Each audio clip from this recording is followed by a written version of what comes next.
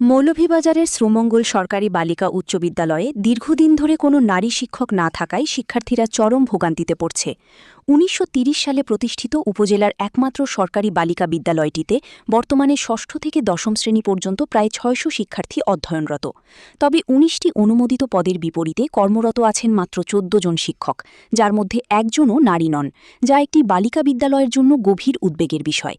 নারী শিক্ষক না থাকায় কিশোরী শিক্ষার্থীরা তাদের শারীরিক, মানসিক ও ব্যক্তিগত নানা সমস্যা নিয়ে পুরুষ শিক্ষকদের সঙ্গে খোলামেলা কথা বলতে পারছে না।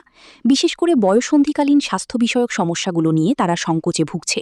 ফলে মানসিক চাপ ও অস্বস্তিকর পরিস্থিতি তৈরি হচ্ছে এবং স্বাভাবিক শিক্ষাগ্রহণ প্রক্রিয়াও ব্যাহত হচ্ছে। খেলাধুলা ও সাংস্কৃতিক কার্যক্রম কিংবা বাইরের প্রতিযোগিতায় অংশগ্রহণের ক্ষেত্রেও তারা নানা বিড়ম্বনার সম্মুখীন হচ্ছে। বিদ্যালয়টি দীর্ঘদিন ধরে ভারপ্রাপ্ত প্রধান শিক্ষকের মাধ্যমে পরিচালিত হওয়ায় প্রশাসনিক কার্যক্রমেও জটিলতা তৈরি হয়েছে। বিষয়টি একাধিকবার ঊর্ধ্বতন কর্তৃপক্ষকে জানানো হলেও এখনও কার্যকর কোনো পদক্ষেপ নেওয়া হয়নি। শিক্ষার্থী ও অভিভাবকদের পাশাপাশি সংশ্লিষ্ট ব্যক্তিরাও দ্রুত নারী শিক্ষক নিয়োগের দাবি জানিয়েছেন। তাদের মতে অন্তত একজন বা দুজন নারী শিক্ষক নিয়োগ দেওয়া হলে শিক্ষার্থীরা স্বস্তি পাবে এবং নিরাপদ ও স্বাভাবিক পরিবেশে পড়াশোনা চালিয়ে যেতে পারবে।